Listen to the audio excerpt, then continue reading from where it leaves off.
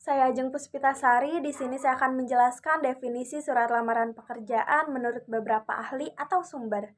Yang pertama, secara sederhana. Surat lamaran pekerjaan merupakan surat resmi atau formal yang dibuat oleh seseorang yang sedang membutuhkan atau mencari pekerjaan. Surat ini dibuat dengan kesadaran penuh dan dikirimkan pada lembaga, badan, atau perusahaan.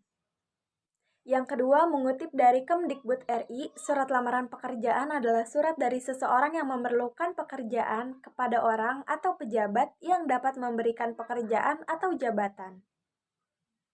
Yang ketiga, dalam pedoman lengkap menulis surat tahun 2006 karya Adlan Ali dan Tanzili, surat lamaran pekerjaan adalah surat permohonan yang dibuat oleh pelamar kerja untuk dikirimkan kepada badan usaha atau instansi untuk mendapatkan pekerjaan atau jabatan sesuai lowongan pekerjaan yang tersedia. Saya Dominik Laura Andriano akan menjelaskan fungsi surat lamaran pekerjaan. Fungsi utama dari surat lamaran pekerjaan adalah untuk mengajukan permohonan kerja dari perusahaan resmi. Dengan surat lamaran resmi, pengajuan kerja bisa diterima dan diperoleh sesuai rekrutmen perusahaan tersebut. Nama saya Julfa Celia Alpiana. Di sini saya akan menjelaskan jenis-jenis surat lamaran pekerjaan. Jenis-jenis surat lamaran. Jenis-jenis surat lamaran ada dua. Yang pertama, surat lamaran pekerjaan yang digabungkan dengan riwayat hidup. Dan kedua, surat lamaran pekerjaan yang dipisahkan dari riwayat hidup. Pada surat lamaran pekerjaan yang digabungkan dengan riwayat hidup, data riwayat hidup dituliskan pada bagian isi atau identitas diri. Sedangkan pada surat lamaran pekerjaan yang dipisahkan dari riwayat hidup, bercirikan kalimat sebagai bahan pertimbangan. Berikut ini saya lampirkan. Saya Saniriani akan menjelaskan struktur teks surat lamaran pekerjaan. Yang pertama ada tesis, merupakan pernyataan umum yang bersifat subjektif, yaitu menurut pandangannya sendiri. Mengapa demikian? Karena di dalam surat lamaran pekerjaan terdapat si pelamar yang mengemukakan dirinya agar dapat diterima. Yang kedua adalah argumentasi. Fungsi argumen adalah penguat dari tesis. Jawabannya adalah biografi singkat pelamar. Dengan adanya ini, memberikan bukti argumentasi untuk dapat diterima. Yang terakhir ada penegasan, yaitu untuk meyakinkan bahwa diri kita layak diterima, sama seperti bagian argumentasi, ini juga merupakan penguat dari tesis surat lamaran pekerjaan. Saya Maulida Fitratus Sifa dari kelas 12 IPS 6, nomor absen 17.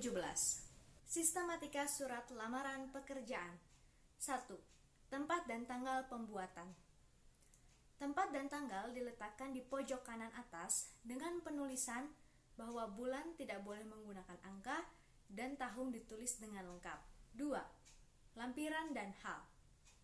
Lampiran mencakup jumlah berkas yang akan dilampirkan, sementara hal adalah pokok surat dan juga permohonan. 3. Alamat surat. Bagian alamat ini menunjukkan alamat instansi atau perusahaan yang akan dituju, dengan penulisan tidak menggunakan kata kepada dan tulisan jalan tidak disingkat. 4. Salam pembuka. Salam pembuka berfungsi sebagai pembuka komunikasi dan dapat ditulis dengan Assalamualaikum, dengan hormat, atau salam sejahtera. 5. Alinea pembuka. Dalam alinea pembuka harus sudah menyatakan inti masalah yang akan disampaikan kepada pihak yang dimaksud. Dalam alinea ini sebaiknya menggunakan kata-kata yang sopan agar tidak menyinggung instansi atau perusahaan. Dalam alinea ini juga harus memuat pernyataan umum yang menggambarkan diri pelamar atau biasa disebut dengan tesis. 6. Alinea isi. Bagian ini memuat bahasan utama dari pengirim surat, yang biasanya terdapat identitas, maksud dan tujuan, dan menyampaikan lampiran berkas-berkas yang diminta oleh perusahaan atau instansi. 7. Alinea penutup.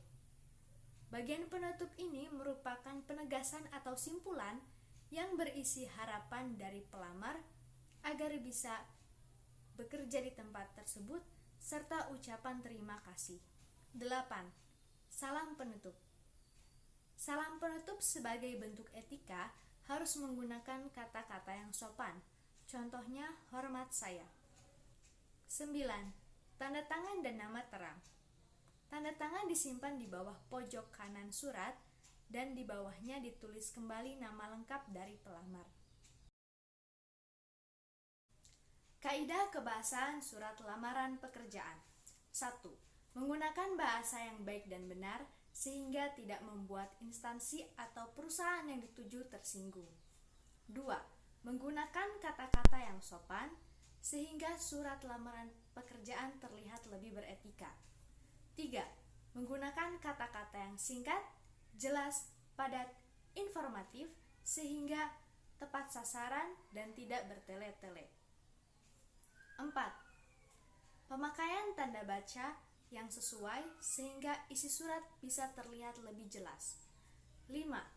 Bahasa sesuai dengan kaidah ejaan dan menggunakan kata baku agar surat terlihat lebih formal. 6. Menggunakan kalimat yang efektif dan komunikatif sehingga penyampaian maksud mudah dipahami dengan baik. Di sini juga saya akan memberikan contoh alinea pembuka pada surat lamaran pekerjaan sebagai berikut. Dengan hormat, sesuai dengan informasi tentang adanya lowongan pekerjaan di PT Bank Muamalat Ponorogo yang saya dapatkan dari brosur lowongan pekerjaan, saya bermaksud untuk melamar pekerjaan dan bergabung pada perusahaan yang Bapak atau Ibu pimpin. Adapun bagian pekerjaan yang saya maksud adalah frontliner di perusahaan Bapak atau Ibu. Contoh yang kedua, dengan hormat, sehubungan dengan informasi yang saya dapatkan melalui portal lowongan pekerjaan di internet pada tanggal 20 Juli tahun 2021, di mana saat ini perusahaan Ibu atau Bapak sedang membuka lowongan pekerjaan. Maka bersama surat ini, saya ingin melamar pekerjaan sebagai digital marketing di perusahaan yang Bapak atau Ibu pimpin. Dan di sini saya akan menjelaskan langkah-langkah untuk membuat surat lamaran pekerjaan. Langkah-langkah untuk menulis surat lamaran pekerjaan. Yang pertama, tempat dan tanggal penulisan surat. Yang kedua, tujuan surat lamaran pekerjaan. Yang ketiga, alamat lengkap perusahaan. Yang keempat, salam pembuka.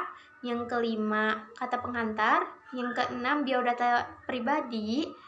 Ketujuh, pengalaman kerja dan kemampuan. Kedelapan, lampiran surat lamaran. 9, penutup. Dan 10, salam penutup. Tips membuat surat lamaran pekerjaan. Yang pertama, ada riset tentang perusahaan dan posisi yang dilamar. Yang kedua, ada tonjolkan kemampuan. Yang ketiga, jangan terlalu panjang. Yang keempat, gunakan bahasa yang profesional. Yang kelima, ada lakukan editing. Yang terakhir adalah menentukan sumber.